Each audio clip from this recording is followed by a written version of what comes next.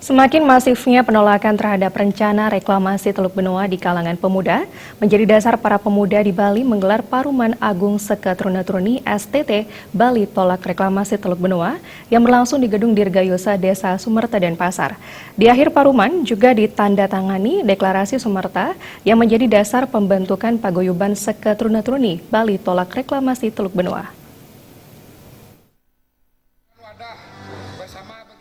Deklarasi Sumerta yang merupakan hasil keputusan Paruman Seketruna-Truni Bali tolak reklamasi Teluk Benoa sekaligus menjawab kebutuhan koordinasi dan komunikasi di antara Seketruna-Truni yang selama ini menolak reklamasi Teluk Benoa.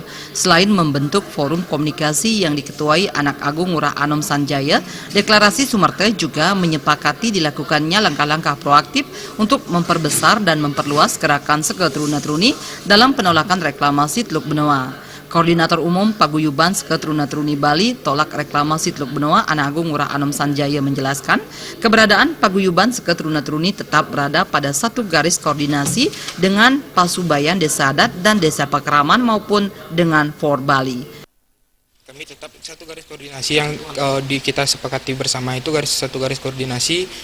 Garis koordinasi kita tetap di Pasubayan itu sebagai garis koordinasi kita.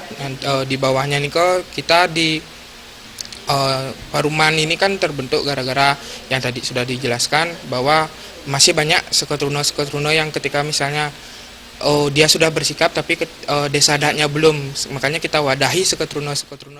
214 Seketruna-Truni dari 9 kabupaten kota diundang mengikuti Paruman Agung tersebut yang didata berdasarkan pernyataan sikapnya yang secara tegas menolak rencana reklamasi Teluk Benoa melalui pendirian baliho maupun pembuatan surat pernyataan sikap atau berita acara hasil Paruman rapat adat di Seketruna-Truni masing-masing. Selain konsisten menolak rencana reklamasi, Paguyuban Seketruna-Truni ini juga meminta Presiden Jokowi segera mencabut Perpres 51 tahun 2014. Alit Sidi dan